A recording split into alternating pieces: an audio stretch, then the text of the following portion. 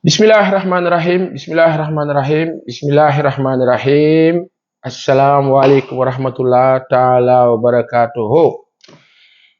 Sunu mbokk yi gis ngeen de danoo ubbi nii di seerewaat nii en Sylvain Castel Dutch ak kii sa copain Mario Kempes ñu ngi kontaan di leen nuyu tey ci suba gi fii ci Pass TV gis ngeen dañuy njëkkee Pass TV diktal leen lu gàtt rek lu tuuti ci li fi jot a xew lu bari journée tey bi voilà foofu lañ ko tàmbalee di talaata ji nga xam ni ñu ngi dugg ci at bu bees ci en hégire 1446 di ñaan yàlla sunu boroom mu xewal nu fekke yàgg di ko fekke ba c'est-à-dire te tal ko barke salaatu fatiha ak alquran barke Seydina Muhammad sallallahu alayhi wa sallam ak suñu maam yépp ak saxaaba yonent bi Seydina Abubakar Ousmane Oumar Ali ñu ngi leen di ziar ba baax kontaan nañu. Il s'est passé beaucoup de choses entre ce vendredi, samedi et dimanche, énormément de choses. Il y a eu le pouvoir en place qui a communiqué avec la sortie du président de la République. Il y a eu la réplique d'une partie de l'opposition. Normal dans une démocratie. Maintenant, en termes de légitimité et de popularité, en termes de légalité, mais surtout en termes de reconnaissance, des voix ont choisi, d'autres n'ont pas choisi. Tey yàlla dogal na am na ku nekk ci bopp nguur gi. Personnellement, on a suivi et écouté le président de la République Bassirou Diomaye Diakhar Faye. Conseil des ministres bii passé junj na mbiru référendum. defe naa ku xalaat référendum wax référendum ci contexte bi ñu toll fii ci Sénégal xam ne am na fu ñu jëm fi ñu jëm nag du fenn fu dul population bi tànn ngeen ñi ngeen tànn il faut ngeen dooleel leen ndax kat dafa mel ni la bloqué woon mbir yi ci jamono ba Sénégal taxawoon ci métit jógu fi ba tey moo war a tax ñu def attention Sénégal mu ngi ci benn moment boo xam ne dafa laaj fondement bu baax ak tabax leen la ñoo wax moo di ne déglu nañ président de la République de fond en comble dégg nañu suñu président de la République mais laata président de la République di ñëw ma rafetlu l'organisation pratique de l'entretien ma bi sax ngeen baal ma ci du ma ñu ngeen baal ma du ma parce que ma personne ne peut pas compter par rapport à tout cela. Humblement, Sénégalais lañu dañuy àddu. Un petit journaliste qui donne son point de vue sur sa propre chaîne YouTube et librement. Dañuy wax benn affaire bu simple te compliqué wul. Moo di ne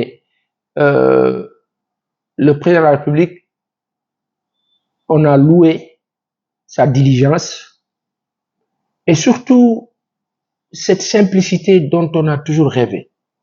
Vous savez, nga am njiit bu am pas-pas ne teg tey baax na de baax na trop ubbiku. Le témoignage de notre cher et adorable Ndeye Arame Touré en dit long.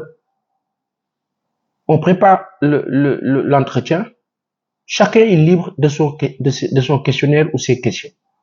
Ça veut tout dire. Ci jamono la dernière sortie avec la presse sénégalaise, le directeur de la RTS moo toog di réguler.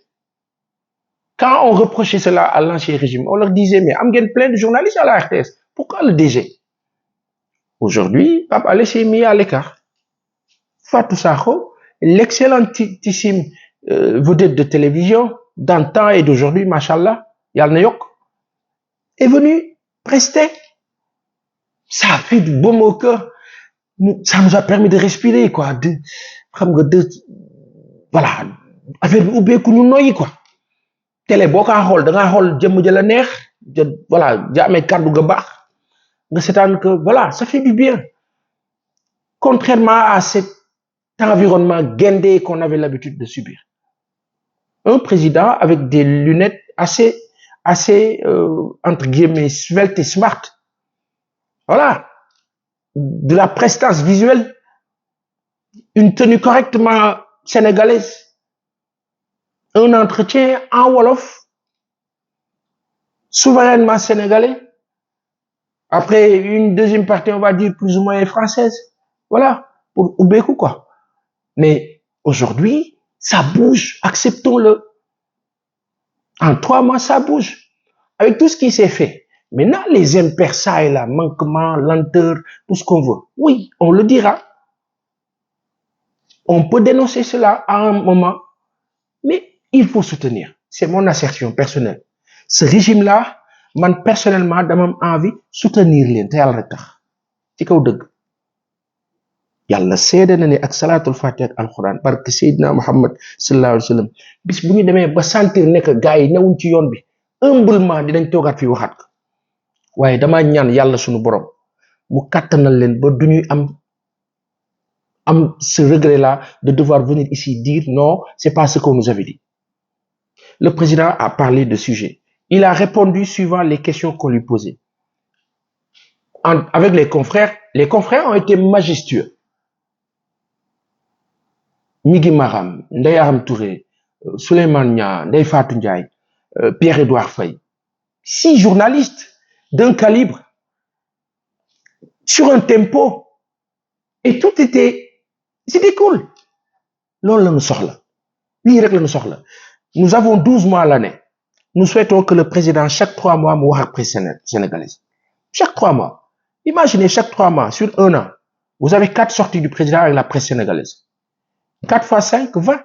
Nous aurons 20 entretiens avec le président de la République du Sénégal, si tel est le cas, Soukonango Mok ay équipem, sur 5 ans. Cela va aider le gouvernement dans sa communication, cela va aider les populations à pouvoir comprendre ce qui se passe, et même l'opposition à pouvoir exister. Parce que l'opposition, le président est sorti, elle réplique du moins. Une partie de l'opposition réplique, et en répliquant, elle existe. C'est de la communication. Les sorties de l'opposition, certes, etc., on respectera. Je pourrais respecter, mais je ne pourrais pas louer. Parce que, il se passe quoi? Il y a un firmament de démarrage. Ça bouge. Dañuy wax ben affaire bu simple. Les questions étaient bien. Le président a répondu sereinement. Maintenant, il y a une chose. Il y a 2 sujets qui m'ont intéressé personnellement. La partie sur la justice avec le Conseil supérieur de la magistrature. Quand l'Union des magistrats du Sénégal, certains en tout cas, disent que le président doit rester au Conseil de la magistrature, supérieur de la magistrature, d'aucuns, au temps de Télico, disaient que non, le président doit revenir du Conseil supérieur de la magistrature. Et ceux-là qui avaient dit ça et qui prônaient cela, apparemment ont été relégués au second rang. Quand le PASTEF, le ministre actuellement porte-parole du gouvernement, Moustapha Diek Saré, Hamadou, Mounka Fatali, mais effectivement, eux, ils avaient dit, prenez que le président sorte du Conseil supérieur de la magistrature. Aujourd'hui, non, il faut qu'il reste parce que, c'est ce qui a été prôné dans l'opposition. La République des juges, parce que nous cette liberté d'exister, de pouvoir décider que nous avons la République des juges. Non, la République des juges, amnafi, sous Macky Sall. Amnafi sous d'autres pouvoirs, surtout sous Macky Sall, l'ancien président. Qu'est-ce qui s'est passé? Tout ce qu'ils voulaient, les juges le faisaient, ou magistrats, entre guillemets, en tout cas certains, suivant certaines choses. Les magistrats qui résistaient, qu'est-ce qui se passait? Ils ont bougé l'eau. Donc, à un moment donné, il faut que nous rentrions dedans, quoi. Aujourd'hui, la démocratie sénégalaise, le président de la République, les Sénégalais dans leur entièreté, le président gère son exécutif. Quand bien même il coupe tout, il a la main sur tout. Mais les pouvoirs du président sont excessifs dans le régime présidentialiste actuel du Sénégal. La constitution sénégalaise, qui dit président de la République. Peut-être un Bassirou Diomaye Diakhar Faye, vu l'environnement et le contexte, et ni mu falo, amna ngor gu tol ni ben wax nako ñep dégg daw na yaram cette partie là où il faisait son témoignage sur monsieur Sonko Ousmane, c'était touchant.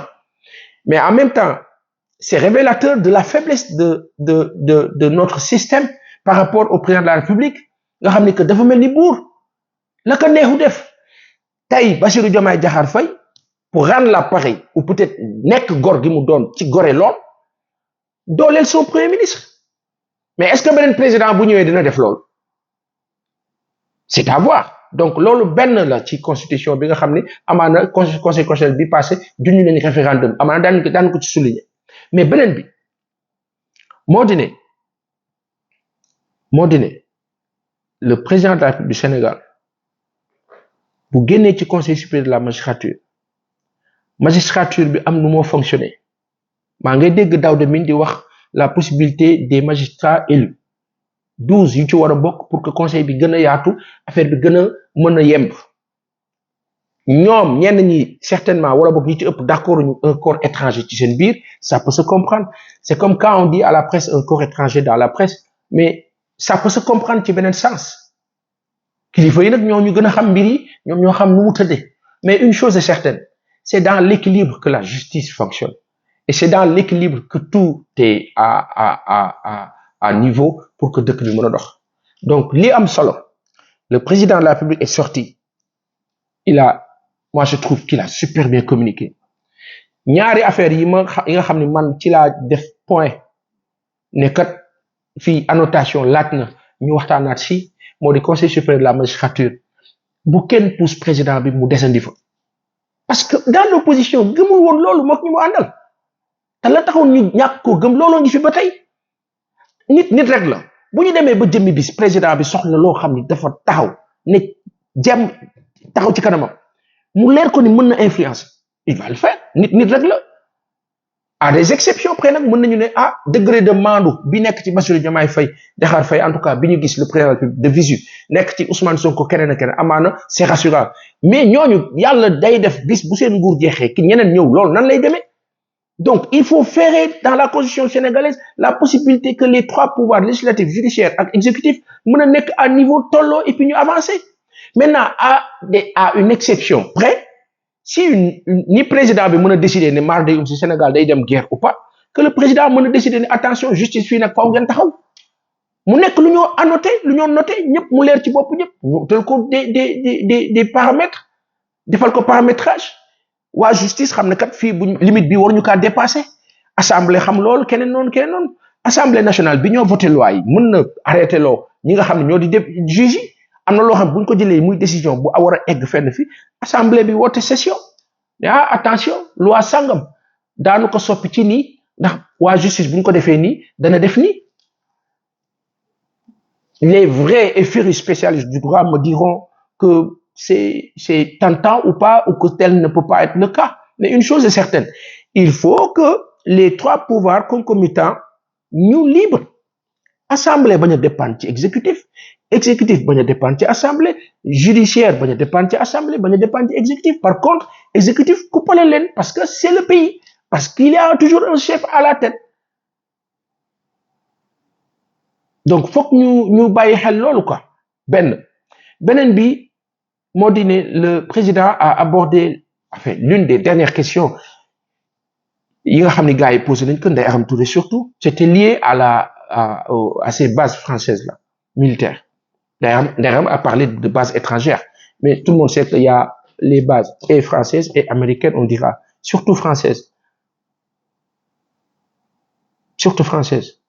quelqu'un me dira américaine officieusement ou bon mais bon ils sont tous là alors man dafa am benn affaire bu ma gëm monsieur Sonko Ousmane le premier ministre a appelé au panafricanisme idem pour le PASTEF et les pastifiens idem pour monsieur le président de la République Bassirou Diomaye Diakhar Faye qu'est-ce qui peut changer au point que ma am cette impression que président bi il a été subtil il a répondu certes mais il a géré président nga may ma loolu rek qu'est-ce qui a changé ou qu'est-ce qui fait que après d'aucuns nous disent non foog ngeen def nang parce que tubaab dañu xaw a saay-saay mais monsieur le président ma wax la fii ba mu ko maye ak monsieur le premier ministre Ousmane Sonko ak équipe gouvernementale bi yëpp ak sénégalais yi ñëpp bu ngeen ma ko maye tubaab du fonctionner noonu gérer daf laa dugal ci kàmb moom doxam def li mu bëgg a def tubaab xamul xarit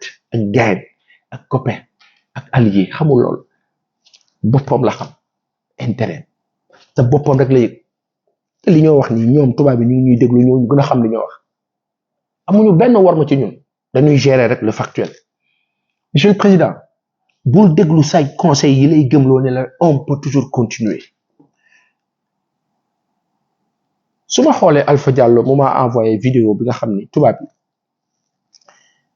non lii foog ma tegal leen ko faw ma tegal leen vidéo bi ngeen déglu il faut ma teg ko parce que ci lii dafa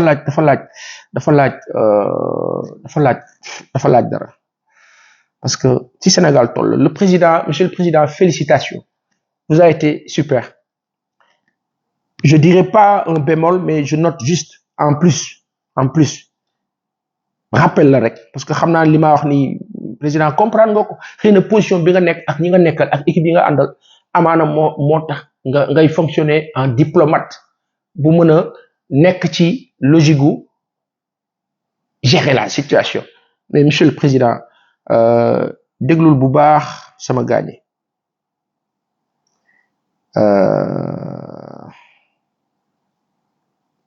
dafa am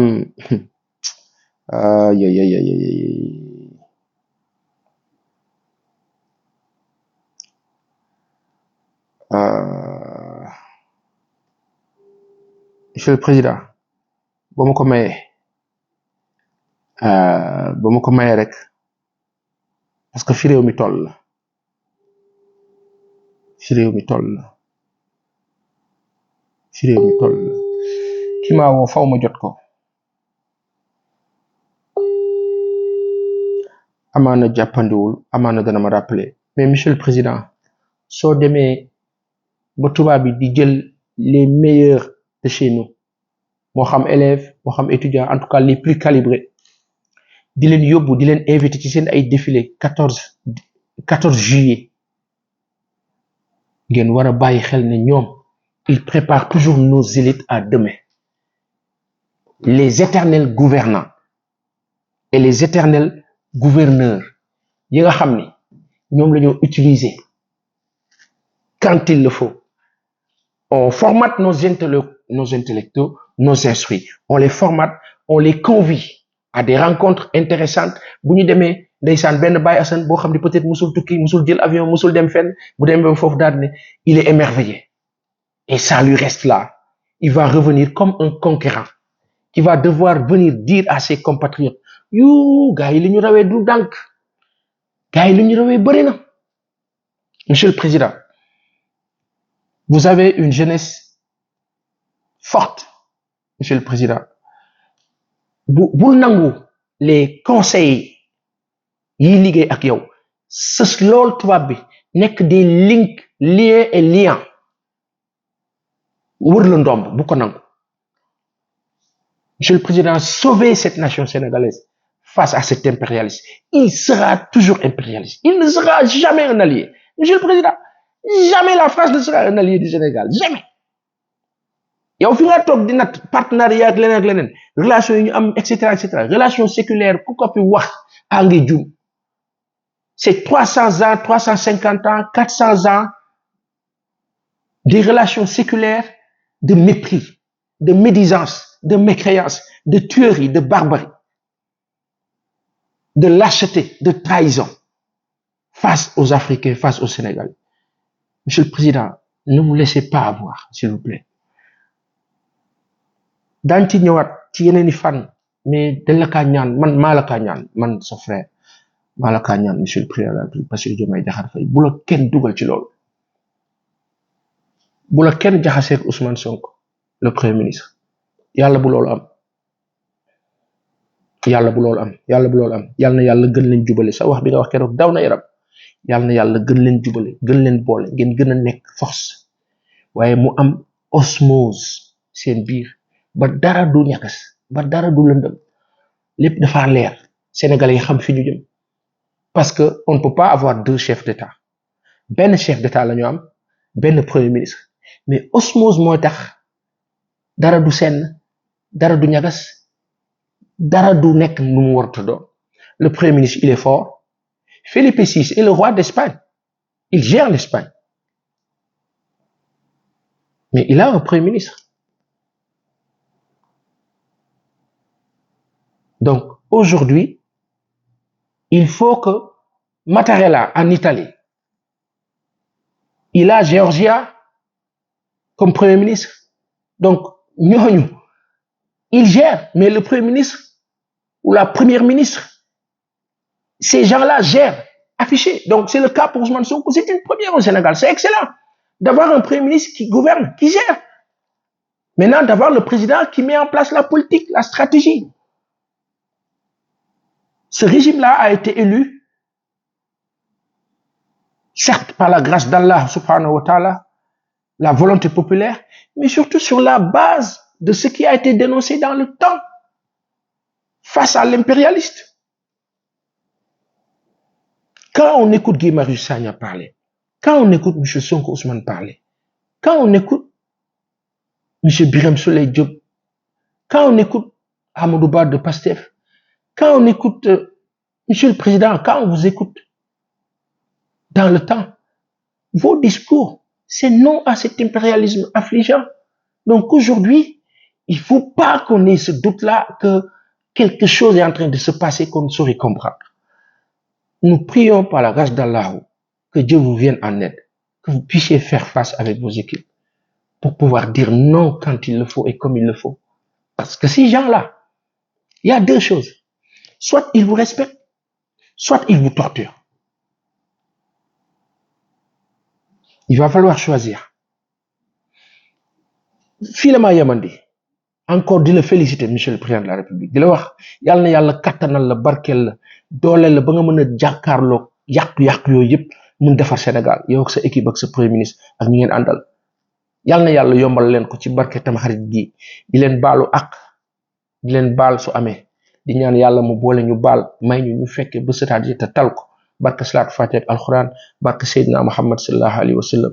Yàlla na yàlla def jàmm ci réew mi, def ko ci réewu Sénégal, Afrique, àdduna bi, defal ko diaspora bi fépp fu nekk ci àdduna bi, defal leen ni teraanga yu romb seen ay njott.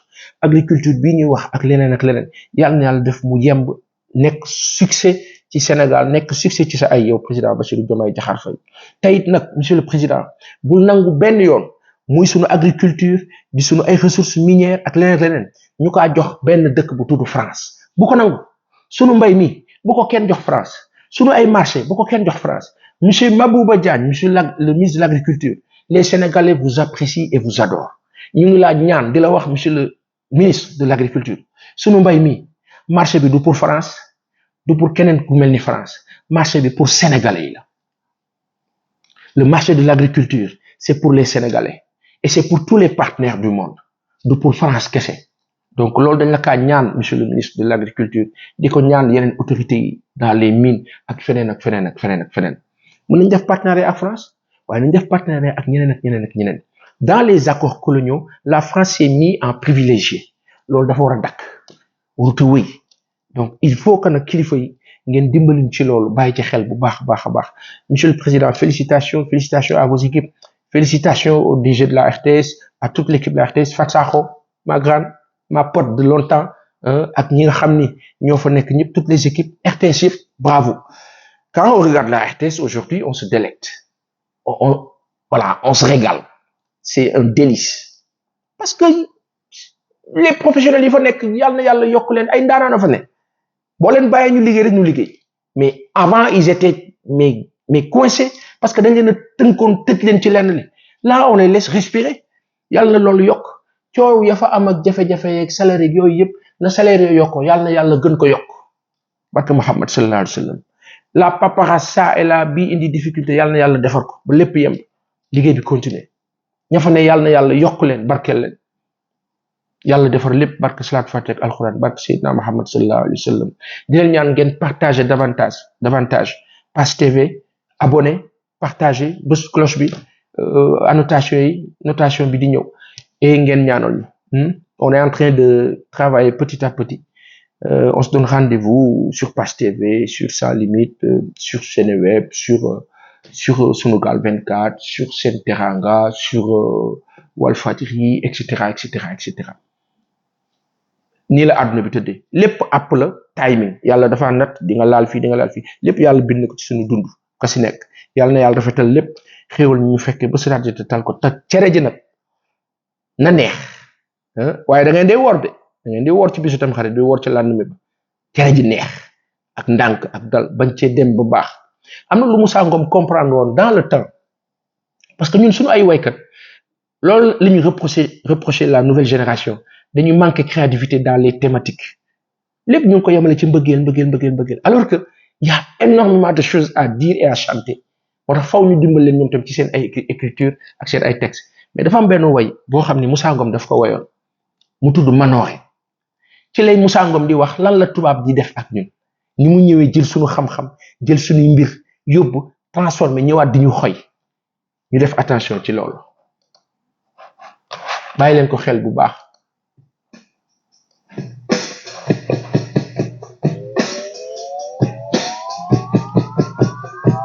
déglu leen bu baax monsieur le président déglu way bu baax yow ak say équipe lu am solo la wax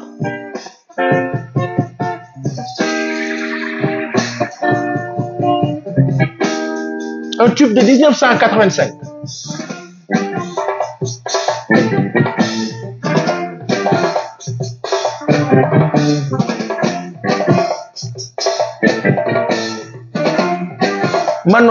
Manoore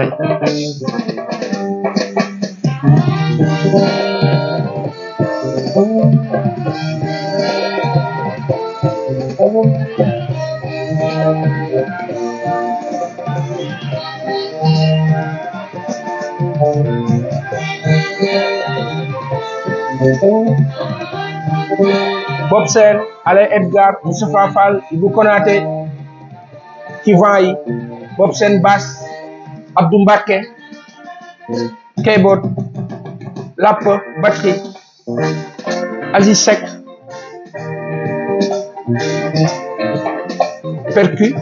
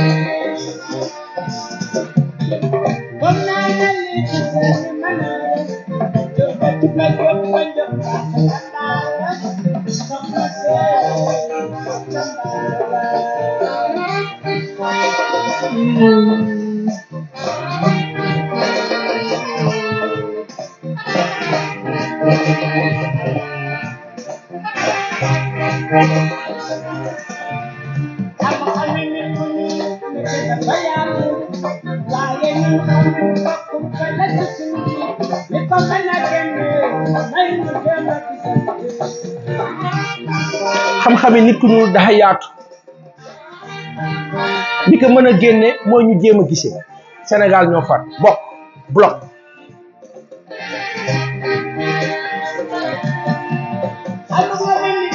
bye bye dafa coupé